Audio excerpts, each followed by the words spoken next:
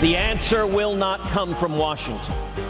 It will come only from the men and women across this country, from men and women, from people of faith, from lovers of liberty, from people who respect the Constitution. It will only come as it has come at every other time of challenge in this country, when the American people stand together and say we will get back to the principles that have made this country great.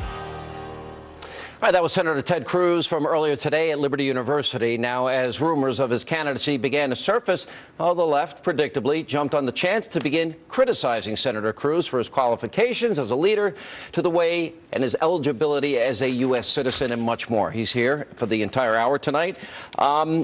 Here's one thing I can guarantee, and I mentioned earlier some of your Republican critics. You know, they're all Jerry Brown over the weekend. You know all the things people have said. One thing I can guarantee you, whoever is the Republican nominee is going to be labeled as racist, sexist, wants to kill grandma, hates children, and you know the list of things. How, forgetting all these people, Jerry Brown, I don't think that bothers you, or John McCain calling you a wacko bird. But how do you deal with the Clinton machine and the predictable, I guess, narrative that is advanced every election cycle against any Republican or conservative? How do you handle that? Well, look, you're right. The media historically paints two caricatures of Republicans. We're either stupid or evil.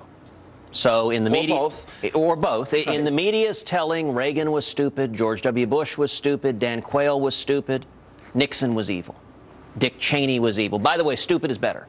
If you're picking one or the other, stupid is much better. Better than evil. Oh, yeah. Yeah. And I guess I take it as a little bit of a backhanded compliment that the media has, to some extent, invented a third caricature for me, which is crazy.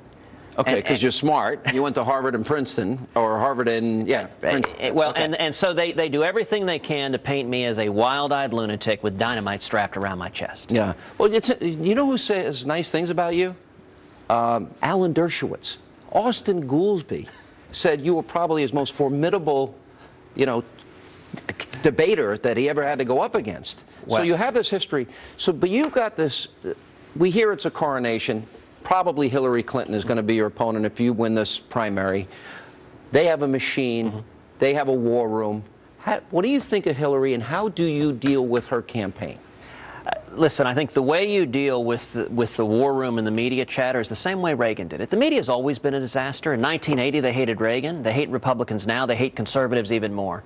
What Reagan did is he went over their head, and he went directly to the American people. You know, one of my favorite exchanges is a classic press briefing at the White House where Reagan is there, and Sam Donaldson says, Mr.